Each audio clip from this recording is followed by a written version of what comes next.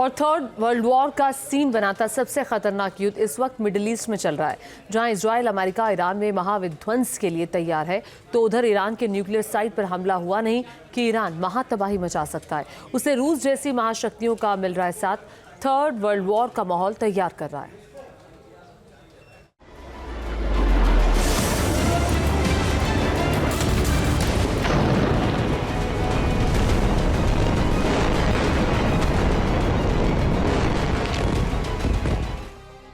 Israel लेकर रहेगा बदला, ईरान पर न्यूक्लियर हमले का खतरा।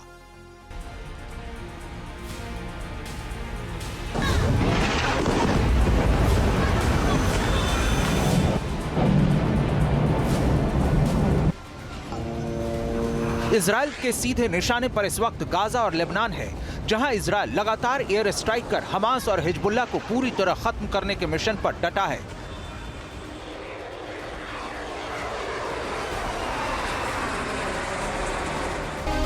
साथ ही नेतन्याहू की सेना अपने खतरनाक ग्राउंड ऑपरेशन से इन इलाकों में कोहराम मचा रही है। इन सबके बीच ईरान पर से खतरा टला नहीं है। 7 अक्टूबर के हमले का इंतकाम लेने के लिए जंग में उतरे इजराइल ने अब हमास और हिजबुल्लाह के आका ईरान पर नजरें टिका दी हैं। इजराइल भयंकर तबाही वाले प्लान पर काम कर रहा है।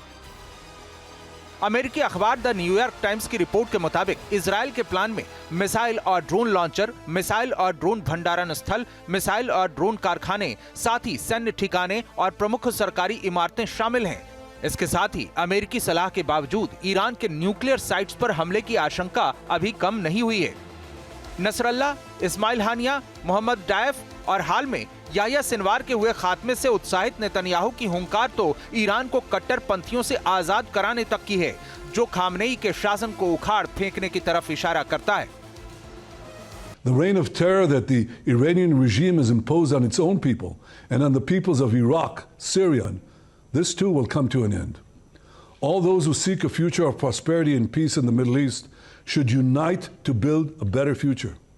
Together, we can push back the forces of darkness and create a future of light and hope for all of us. एक तरफ नेतन्याहू हुंकार भर रहे हैं, तो दूसरी तरफ सिनवार की मौत की पुष्टि के साथ इस्लामिक रिपब्लिक ऑफ ईरान ने अपने सर्वोच्च नेता अली खामेनेई की जो लिखित टिप्पणी प्रसारित की है, उसमें खामेनेई ने सिनवार की तारीफ करते हुए उसे प्रतिरोध का प्रतीक करार दिया है और कहा है कि ये एक नए जंग की शुरुआत है।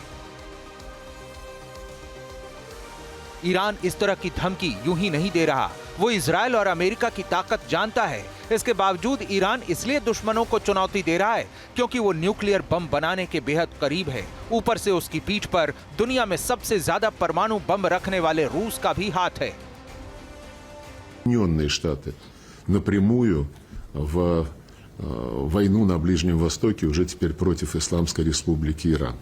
Немножко параллели напрашиваются. Зеленский тоже хочет сделать что-то, что спровоцировало бы, заставило бы Запад своими уже боевыми контингентами, не скрываясь, не маскируя своих... रूस ने गुरुवार को ही इजराइल को चेतावनी दी थी कि उसे ईरान के न्यूक्लियर प्रोग्राम पर अटैक के बारे में सोचना भी नहीं चाहिए। ऐसे में नेतन्याहू की हुंकार का क्या मतलब है? क्या अमेरिका की मनाही और रूस की धमकी के बावजूद वो ईरान पर न्यूक्लियर हमले करेगा?